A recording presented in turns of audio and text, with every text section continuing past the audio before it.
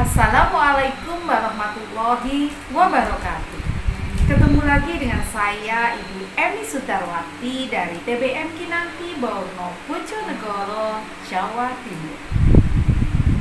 Pada kesempatan kali ini saya akan membaca sebuah kisah inspiratif dari buku Berawal dari Sebuah Sayembara. Kumpulan kisah inspiratif sahabat workshop KTK Dikdas Kemendikbud dengan judul Falai Bogor, karya Ibu Peti Pujiastuti, SPD, SD.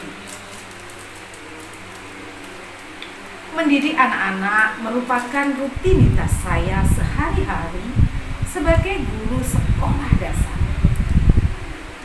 Berkembangnya ilmu pengetahuan dan teknologi menuntut saya untuk menyesuaikan diri dan berusaha mengikuti perkembangan zaman.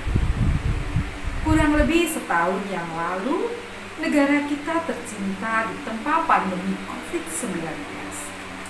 Berbagai media baik cetak maupun elektronik, juga media sosial marak memberitakan tentang bahaya COVID-19. Semua kalangan tentunya tidak siap dengan realita yang terjadi. Rasa takut, cemas, dan khawatir menghantui masyarakat Indonesia pada umumnya. Yang akhirnya wabah ini menjadi pandemi global, sehingga berakibat menyerang segala sektor kehidupan, termasuk sektor pendidikan. Adanya hal tersebut berimbas secara langsung terhadap saya sebagai tenaga pendidik. Untuk mengantisipasi wabah tersebut, pemerintah Indonesia dengan cepat mengambil langkah dan tindakan yang dapat memutus rantai penyebaran COVID-19. Di sektor pendidikan, melalui Kementerian Pendidikan dan Kebudayaan, pemerintah membuat kebijakan belajar di rumah, bekerja dari rumah, dan beribadah di rumah. Sehingga kegiatan pembelajaran tidak boleh dilakukan di sekolah, melainkan menggunakan sistem pembelajaran jarak jauh atau online. Dengan adanya kebijakan tersebut membuat saya sebagai tenaga pendidik merasa tidak siap dengan sistem pembelajaran jarak jauh. Akan tetapi mengharuskan saya untuk melaksanakannya. Sehingga saya harus bekerja ekstra keras dengan memanfaatkan teknologi yang saya ketahui. Langkah awal yang saya lakukan adalah membuat WhatsApp group. Akan tetapi saya merasa kurang efektif kalau hanya menggunakan WhatsApp group. Akhirnya saya memutuskan untuk membuat video pembelajaran. Adapun tujuan saya membuat video pembelajaran waktu itu adalah untuk menjelaskan materi pembelajaran yang akan saya sampaikan agar dapat mudah dicerna oleh anak didik saya. Selain itu, saya ingin menampilkan wajah saya ke anak-anak didik saya supaya hubungan emosional antara kami tetap terjalin dengan baik. Dengan pengetahuan saya yang masih minim dan alat yang sangat sederhana atau hanya menggunakan handphone, awal pembuatan video pembelajaran saya masih dibantu oleh teman karena saya masih belum bisa mengeditnya sendiri. Seiring berjalannya waktu, saya belajar dari teman tersebut bagaimana cara mengedit video menggunakan aplikasi edit video yang didapat atau yang saya dapat dari layanan penyedia aplikasi Google Play Store. Pada akhirnya saya dapat mengedit sendiri video pembelajaran tersebut. Hasil dari video pembelajaran yang sudah saya buat, saya bagikan secara manual ke siswa melalui WhatsApp grup. Akan tetapi dengan kapasitas yang ada pada WhatsApp tidak mencukupi untuk mengirim video pembelajaran secara manual pada WhatsApp grup. Sehingga saya berinisiatif untuk membuat akun YouTube sebagai sarana mengunggah video-video pembelajaran saya, yang mana link-linknya saya bagikan ke siswa melalui WhatsApp grup. Beberapa bulan yang lalu, pemerintah melalui Direktorat KTK Dikdas Dirjen KTK Kemendikbud mengadakan sayembara video pembelajaran. Informasi tersebut saya dapatkan dari kepala sekolah. Pagi itu, ketika jam istirahat, saya dipanggil untuk menghadap kepala sekolah di ruangan beliau. Bu, ini ada pengumuman sayembara video pembelajaran. Coba Ibu pelajari dan ikuti, kata Pak Mahfud selaku Kepala SDN Peragaan Lauk 1. Baik Pak, saya akan mencoba untuk mempelajarinya, jawab saya. Keluar dari ruangan kepala sekolah, saya mulai berpikir dan membayangkan sambil mempelajari pengumuman serta ketentuan-ketentuan sayembara tersebut.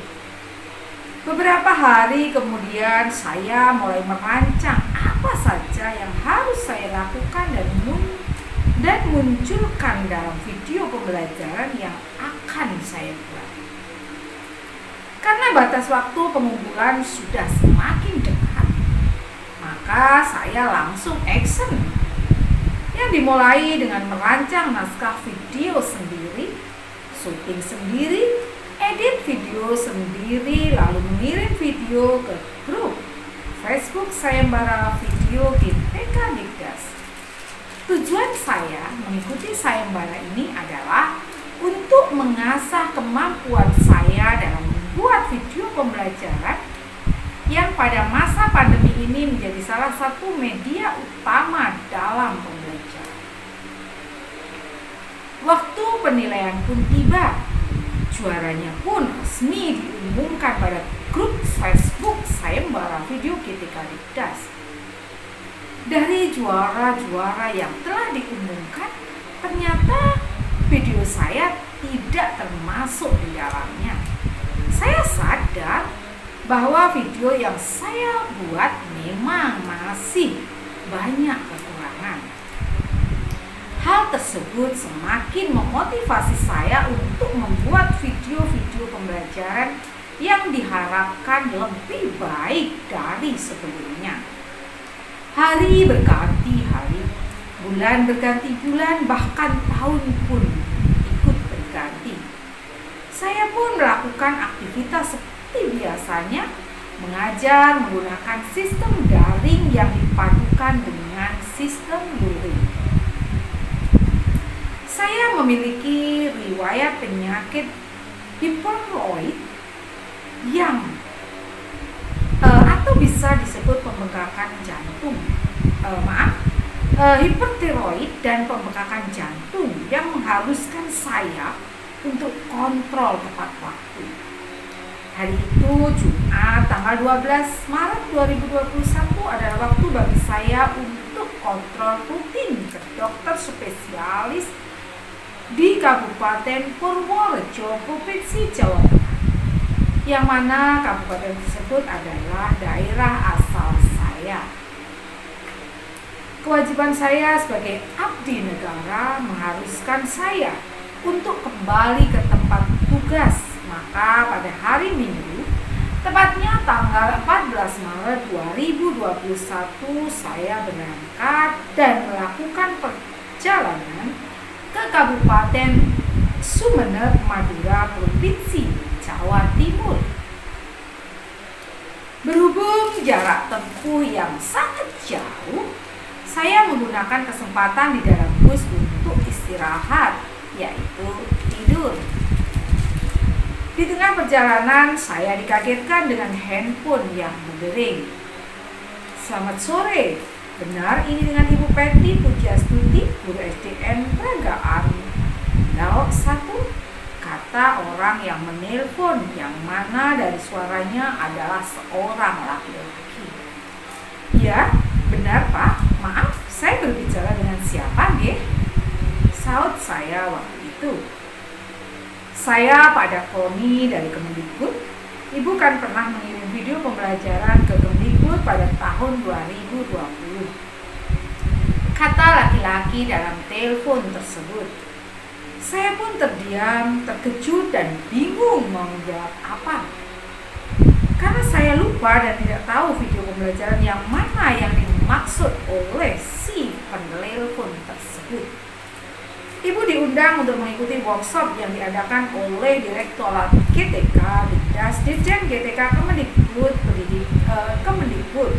Kata beliau, mendengar kalimat tersebut, rasa kaget saya semakin meledak-ledak. Karena saya hanya guru biasa, sehingga mustahil bagi saya diundang oleh GTK, Dikdas, Kemendikbud, Kementerian Pendidikan dan Kebudayaan. Ibu siap untuk hadir atau tidak? Kata si penelpon. Tanpa berpikir panjang, saya menjawab, siap Pak. Kalau begitu, Ibu tunggu undangan resmi dari kami, kata si penelpon. Baik Pak, saya tunggu undangannya. Terima kasih, jawab saya. Lalu telepon ditutup dan komunikasi terhenti. Karena posisi saya baru bangun tidur antara sadar dan tidak sadar, beberapa menit kemudian muncul banyak pertanyaan di benak saya. Apakah benar barusan saya komunikasi dengan pihak Kemendikbud? Jangan-jangan saya mimpi. Tapi kok seperti nyata ya? Tidak mungkin seorang Peti ditelepon secara langsung oleh pihak Kemendikbud. Lalu saya melihat panggilan masuk di handphone saya. Ternyata memang ada nomor baru dan tanpa nama yang tercantum pada panggilan masuk. Saya mencoba mengirim pesan ke nomor tersebut melalui WhatsApp. Assalamualaikum warahmatullahi wabarakatuh. Maaf Pak, saya barusan mengangkat teleponnya pas bangun tidur. Jadi saya agak kaget. Saya belum begitu jelas Bapak dari lembaga atau instansi apa, Gip? Kata-kata saya dalam pesan WhatsApp yang dikirim ke nomor yang berhasil membuat saya terkejut. Dari Kemendikbud Senayan, Jakarta Pusat, saut beliau. Membaca kalimat tersebut mendorong saya untuk mencari tahu tentang kevalidan nomor misterius tersebut dengan menanyakan ke beberapa teman dan searching ke Google. Ternyata memang benar bahwa nomor tersebut adalah nomor handphone Pak Dakroni yang merupakan admin Kesharlindung Dikdas. Saya pun melanjutkan perjalanan ke Sumeneb, Madura. Karena waktu sangat sempit, sesampainya di Sumeneb tidak ada kesempatan saya untuk beristirahat. Saya langsung mengurus dan mempersiapkan administrasi serta perlengkapan untuk menunjang kegiatan saya di sana nanti. Mulai dari izin kepala sekolah, mengurus surat tugas dan SPPD dari Kepala Dinas Pendidikan Kabupaten Sumeneb. Melakukan rapid test antigen, memesan tiket pesawat, memesan travel dan lain-lainnya yang harus selesai pada hari itu juga. Karena keesokan harinya kegiatan workshop pembuatan naskah video sudah dimulai. Rasa lelah, capek, senang, bahagia, cemas, khawatir berpadu menjadi satu. Di sisi lain, bahagia karena mendapatkan kesempatan yang luar biasa untuk menimba ilmu di momen langka yang tidak semua orang bisa mengikuti. Di sisi lain lelah karena persiapan waktu yang mepet. Di sisi lain cemas karena belum pernah naik pesawat sama sekali. Di sisi lain lagi khawatir karena tidak tahu perjalanan menuju tempat yang ditentukan, yaitu Palai Hotel Bogor. Waktu yang dinanti pun tiba. Tepat pukul 1 malam travel yang saya pesan menjemput saya.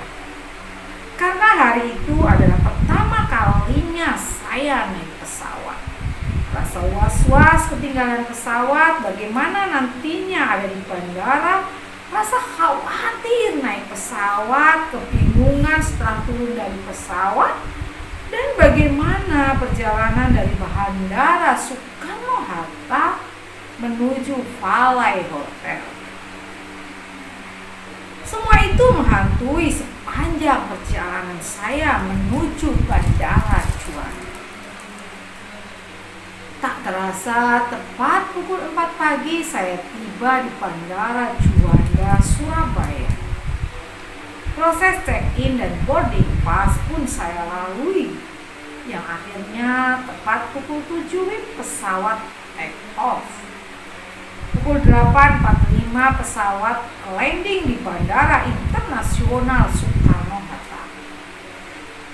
Keberanian saya diuji di tempat itu, karena selain saya baru pertama menginjakkan kaki di tempat tersebut, saya juga harus bertanya ke sana kemari untuk memastikan kendaraan yang harus saya naiki guna mengantarkan saya ke Palai Bogor tersebut.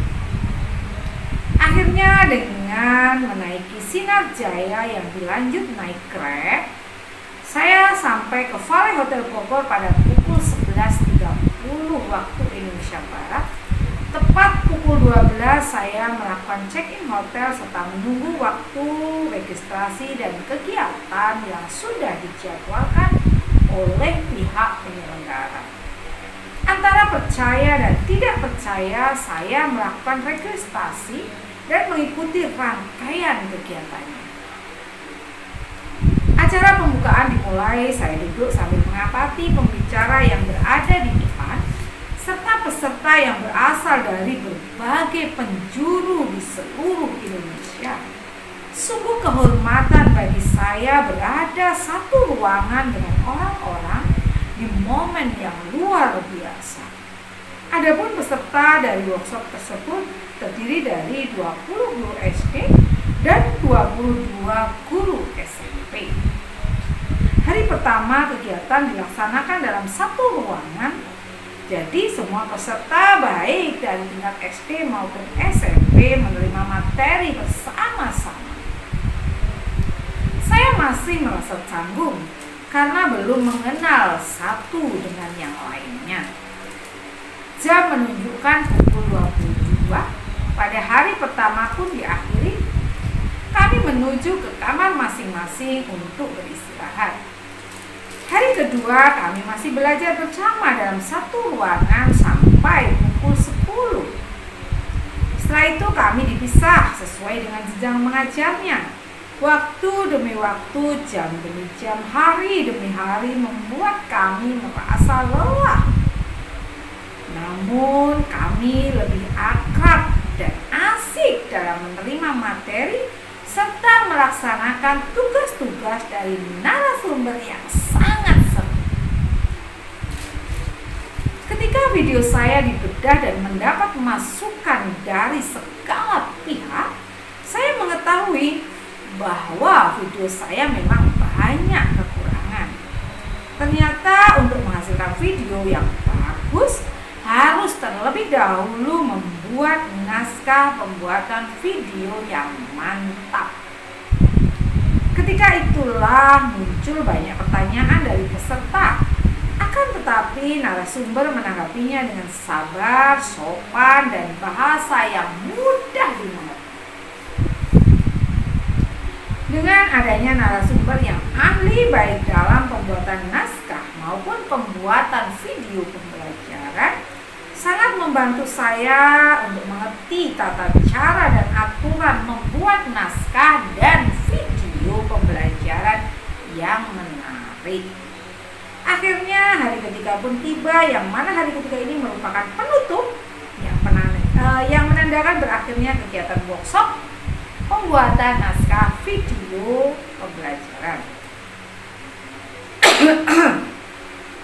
Hati gundah gulana karena di saat merasa nyaman, senang dan enjoy ternyata harus berakhir sesuai jadwal yang ditentukan.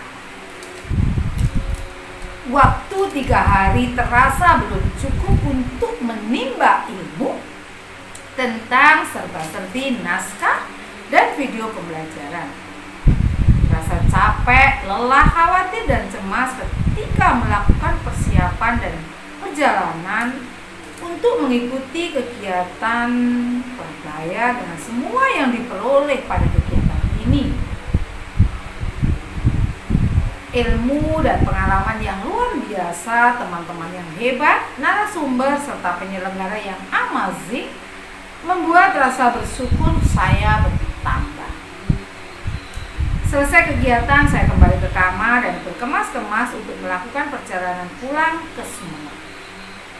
Saya pun meluncur ke Bandara Soekarno-Hatta dengan tujuan Bandara Juanda, Surabaya.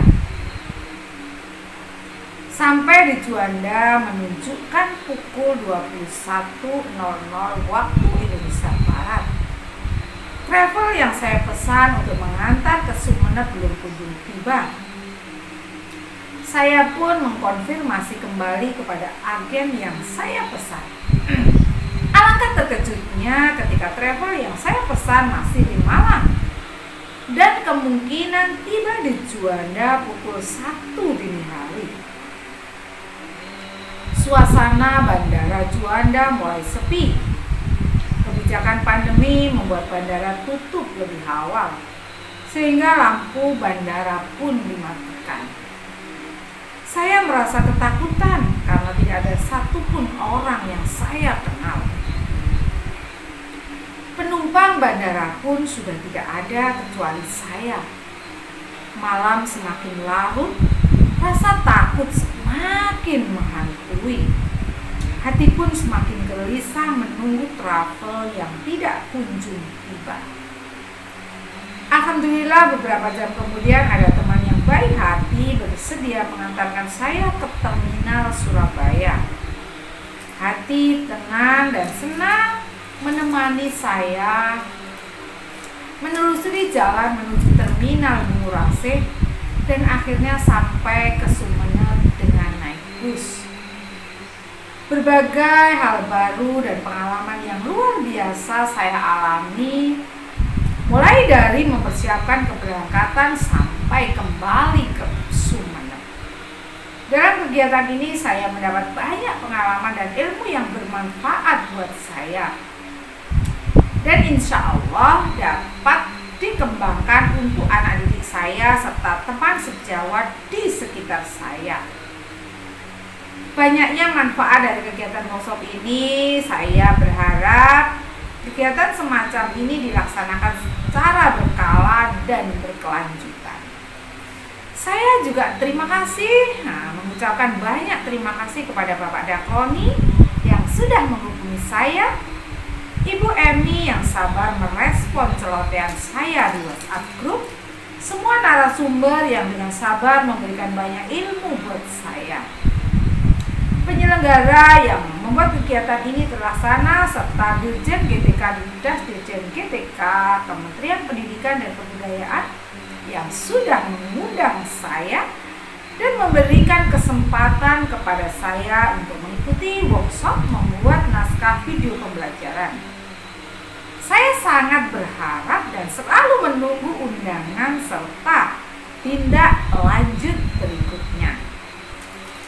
Sumeneb 28 Maret 2021. Demikian tadi kisah inspiratif dengan judul Falai Bogor karya Ibu Peti Puji Astuti, SPD SD. Beliau lahir di Jakarta tanggal 21 Juni 1986 Anak sulung dari Sudadi dan Krishnawati ini menyelesaikan pendidikan D2 PGSD di Universitas Negeri Yogyakarta tahun 2008 dan S1 PGSD di Universitas Terbuka 2012. Tahun 2009 penulis diangkat menjadi CPNSP sebagai guru kelas di SDN Nyangklong 1, Kecamatan Gayam, Kabupaten Sumeneb.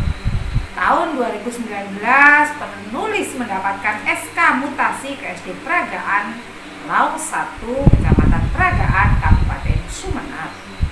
Pada tahun 2017 penulis mengikuti lomba guru berprestasi di Kabupaten Sumeneb dan mendapat juara 3.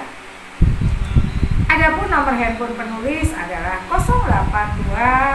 082-331-587-489. Jadi jika teman-teman sahabat TPM Kinanti, Bapak Ibu guru hebat dari seluruh Indonesia ingin memiliki buku ini atau ingin berdialog langsung dengan Ibu Peti Pujiastuti, bisa menghubungi kontak beliau. Penulis ikut serta dalam penulisan antologi cerpen ini untuk menyampaikan permintaan maaf dan ucapan terima kasih yang tak terhingga kepada Direktorat GTK Dikdas Dirjen GTK Kementerian Pendidikan dan Kebudayaan karena diundang dan diberi kesempatan untuk mengikuti workshop pembuatan naskah video pembelajaran. Baik, terima kasih atas perhatiannya kawan-kawan. Buku ini dimuat dalam kumpulan kisah inspiratif sahabat workshop GTK Dikdas Kemendikbud dengan judul Berawal dari Sebuah Sayembara. Terima kasih dan mohon maaf jika ada kekilafan. Wassalamualaikum warahmatullahi wabarakatuh.